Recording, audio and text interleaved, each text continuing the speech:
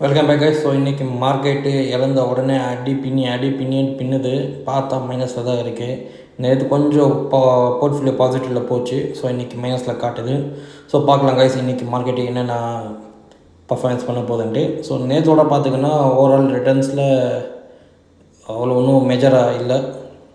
So mid gap around 2% ஓவரலாக 2-3% கிட்டத்தட்ட gain கொடுத்துருக்கு. Nasdaq இன்னும் இல்லை, ஈக்குவல்.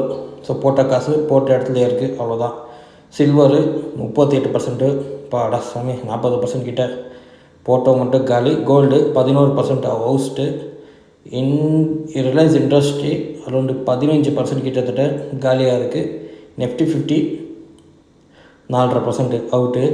ஹெச்டிஎஃப்சி 15% தொலைஞ்சு போச்சு.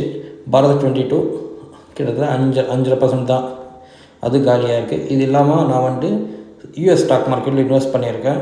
ஸோ S&P 500 போட்டிருக்கேன். ஸோ அதில் ஒரு 87 கிட்டத்தட்ட ஒரு 7-8 போட்டிருப்பேன். ஸோ அதுவும் இதுக்கு மேலே வேறே கண்ட்ரியும் அவுட் ஆஃப் த குளோபல் இன்வெஸ்ட்லையும் இன்வெஸ்ட் பண்ணலான்ட்டு. ஸோ இதுதான் ஓவராலாக என் போர்ட்ஃபோலியோவில் இருக்க இப்போதைக்கு கரண்ட் அப்டேட்டு. ஸோ நானும் டெய்லி என் போர்ட்ஃபோலியோ ஸ்டேட்டஸ் அப்டேட் பண்ணிகிட்டே இருப்பேன். ஏன்னா இதனால் உங்களுக்கு தெரியறோம் ஸ்டாக் மார்க்கெட்டில் காசு போட்டால் வளராதான்ட்டு. ஸோ இன்னொரு முக்கியமானது மியூச்சுவல் ஃபண்டு. நான் ஃபஸ்ட்டு காசு போட்ட இடம் மியூச்சுவல் ஃபண்டு தான்.